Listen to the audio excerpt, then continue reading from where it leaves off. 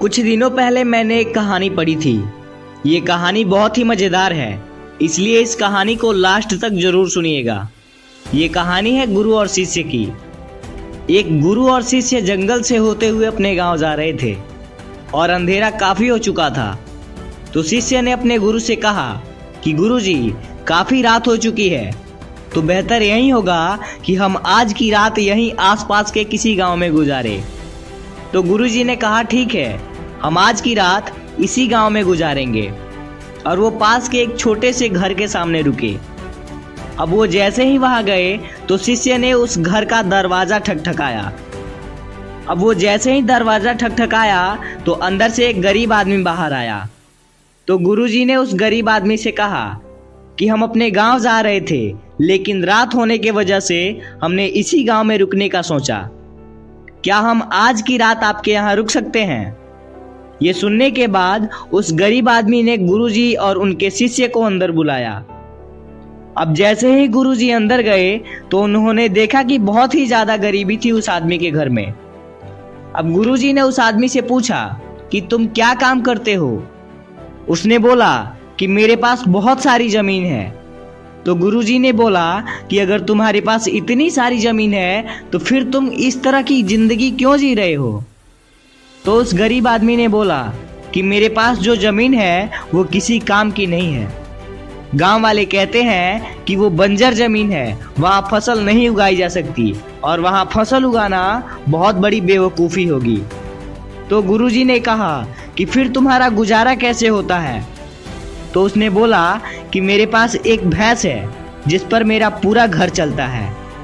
ये सुनने के बाद गुरुजी सो जाते हैं और रात को जब सब लोग सो रहे थे तब गुरुजी अपने शिष्य को उठाते हैं और उस गरीब आदमी के भैंस को लेकर अपने गांव चले जाते हैं। तो शिष्य अपने गुरु से पूछता है कि गुरुजी, कहीं आप गलत तो नहीं कर रहे हैं? उस गरीब आदमी की रोजी रोटी इसी भैंस से चलती है। तो गुरुजी अपने शिष्य को देखते हैं और मुस्कुराते हुए आगे बढ़ जाते हैं। उस बात को लगभग 10 साल हो जाते हैं और जो गुरुजी का शिष्य था अब वो बहुत बड़ा गुरु बन चुका था। तो उसे उस गरीब आदमी की याद आती है कि मेरे गुरुजी ने उस आदमी के साथ बहुत बुरा किया था। मुझे एक बार चलकर देखना चाहिए कि अब वो आदमी किस परिस्थिति में है। तो वो शिष्य उस गांव की तरफ जाता है और वहां जैसे ही पहुंचता है तो वो देखता है कि जिस जगह पर उस गरीब आदमी का झोपड़ी था वहां पर अब एक बहुत ही बड़ा आलीशान महल बन चुका था और उस झोपड़ी के बाहर जो बंजर जमीन थी उस पर अब फल और फूलों के बगीचे थे। तभी उस घर का मालिक आ जाता है।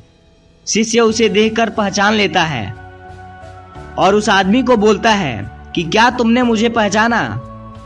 मैं अपने गुरुजी के साथ आया था, हमने तुम्हारे यहाँ एक रात गुजारी थी। वो आदमी उसे पहचान लेता है और बोलता है कि उस रात को आप दोनों कहाँ चले गए थे? और उसी रात मेरी भैंस कहीं चली गई थी। मेरे पास कोई रास्ता नहीं था तो मैंने अपने जमीन पर मेहनत किया और काफ़ी मेहनत के बाद उस पर फसल निकल आए और आज मैं इस गांव का सबसे बड़ा और सबसे अमीर बन चुका हूँ। ये सुनने के बाद शिष्य के आंखों में अपने गुरु के लिए आंसू आ गए और उसे यह बात अब समझ आई और वो रोने लगा। इस कहानी से हमें ये सीख मिलती है कि हमारे आसपास भी बहुत कुछ है, हमारे अंदर भी बहुत कुछ है, लेकिन किसी न किसी चीज़ ने हमें रोक रखा है। वो आपके फैमिली के लोग भी हो सकते हैं, वो आपकी जॉब भी हो सकती है या और कुछ भी हो सकता है। देखिए, कहीं आपके पास भी उस भैंस के जैसे कोई दूसरी चीज तो नहीं है जिसने आपको आगे बढ़ने से रोक रखा है। फिर मिलते हैं हम एक नए मोटिवेशन के साथ। तब तक के लिए जय हिंद, वंदे मातरम।